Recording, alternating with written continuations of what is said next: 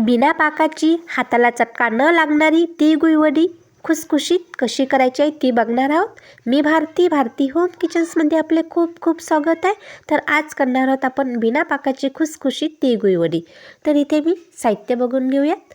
मी इथे 2 वाटे तीळ घेतलेले आहेत आणि अर्धा वाटी शेंगदाणे आणि 2 वाटी गूळ. ती ज्याप्रमाणे घेतले आहे त्याचप्रमाणे समप्रमाणामध्ये गूळ घ्यायचे आहेत आणि अर्धा वाटी शेंगदाणे.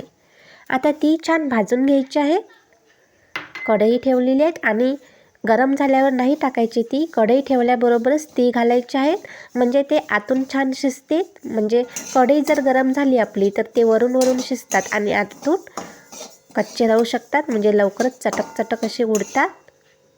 आपण ती सुद्धा घालायची आहेत आणि मंद आचेवर मस्त भाजून घ्यायच्या आहेत 4 ते 5 मिनिट. आता छान भाजून झालेले आहेत. आता अशाच प्रमाणे आपण शेंगदाणे सुद्धा भाजून घ्यायचे आहेत.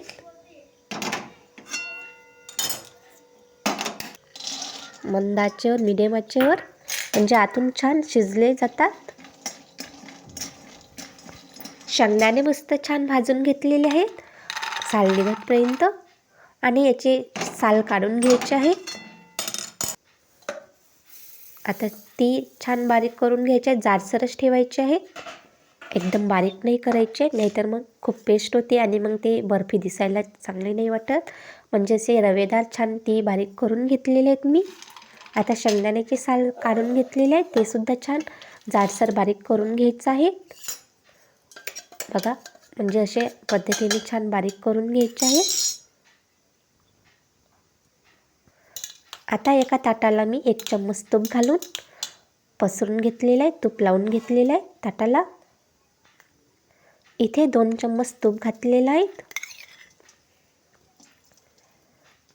आता याच्यामध्ये 2 वाट्या गूळ वितळू द्यायचा. म्हणजे आपल्याला पाक नाही करायचा आहे, गुळाचं पाणी करायचं आहे, म्हणजे गूळ वितळून घ्यायचं आहे.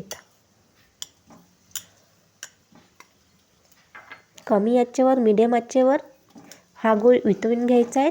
हाय फ्लेम नाही ठेवायची. जर हाय फ्लेम ठेवली तर पाक येऊ शकते. तर मीडियम आचेवर हा गूळ वितळून घ्यायचा आहे. झटपट होणारी वडी आहेत आणि खूप छान, खायला पण खूप छान लागते. आता छान गूळ वितळलेला आहे. आता याच्यामध्ये तिळगुळाचं कूट घालून घ्यायचं आहे, शेंगदाण्याचं कूट आणि तिळाचं अर्धा चम्मच विलायची पावडर.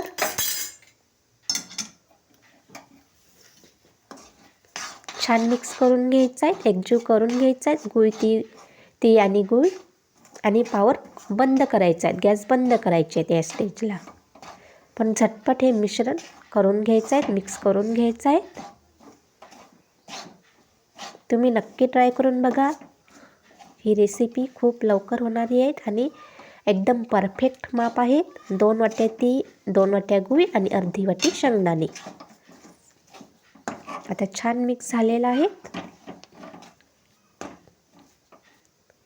एका ताटामध्ये काढून घेतलेलं आहे आणि आता छान पसरवून घ्यायचं आहे. एका वाटीला तूप लावून किंवा तेल लावून छान वाटीने असं स्प्रेड करून घ्यायचं आहे.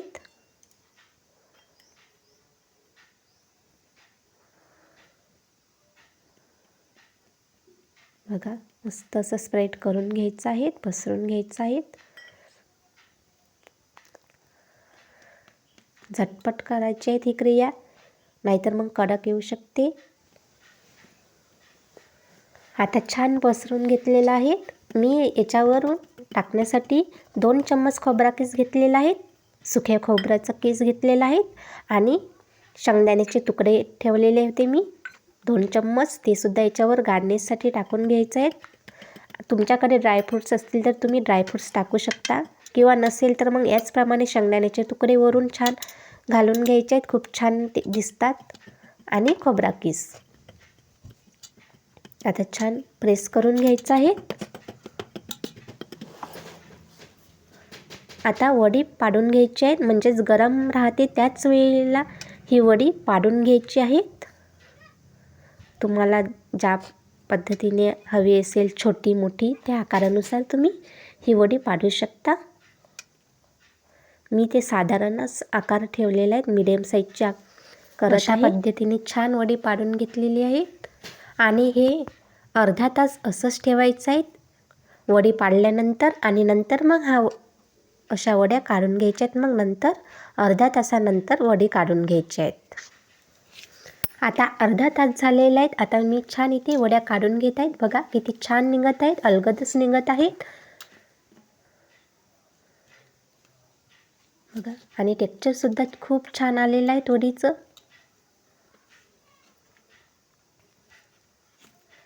अशा पद्धतीने तुम्ही म्हणजे थोडेसे हळूशीर काढायचे आहेत. बघा मस्त आता वड्या काढून झालेल्या आहेत. म्हणजे हळूशीर याच्यासाठी की तुटायला नाही पाहिजे. आणि निघतात तर सहज सोप्याच निघालेले आहेत. आणि छान मस्त निघालेले आहेत वडी. आणि खूप छान झालेले आहेत. टेक्स्चरसुद्धा मस्त आलेलं आहे बघा. आणि कडकसुद्धा मस्त झालेले आहेत. म्हणजे मऊ, वरून कडक, आतून मऊ झालेले आहेत. आता एका प्लेटमध्ये काढून घेत आहे. तुम्ही नक्की ट्राय करून बघा. ही रेसिपी तुम्हाला आवडली असेल तर लाईक करा, शेअर करा, कमेंट्स करा. नवीन असाल तर चॅनलला सबस्क्राईब करा. व्हिडिओ बघितल्याबद्दल खूप खूप धन्यवाद. बघा किती छान झालेले आहेत. टेक्स्चरसुद्धा मस्त आलेलं आहे. पुन्हा भेटूयात नवीन रेसिपीसोबत. तोपर्यंत बाय बाय. स्वस्त राहा, मस्त राहा, खात राहा.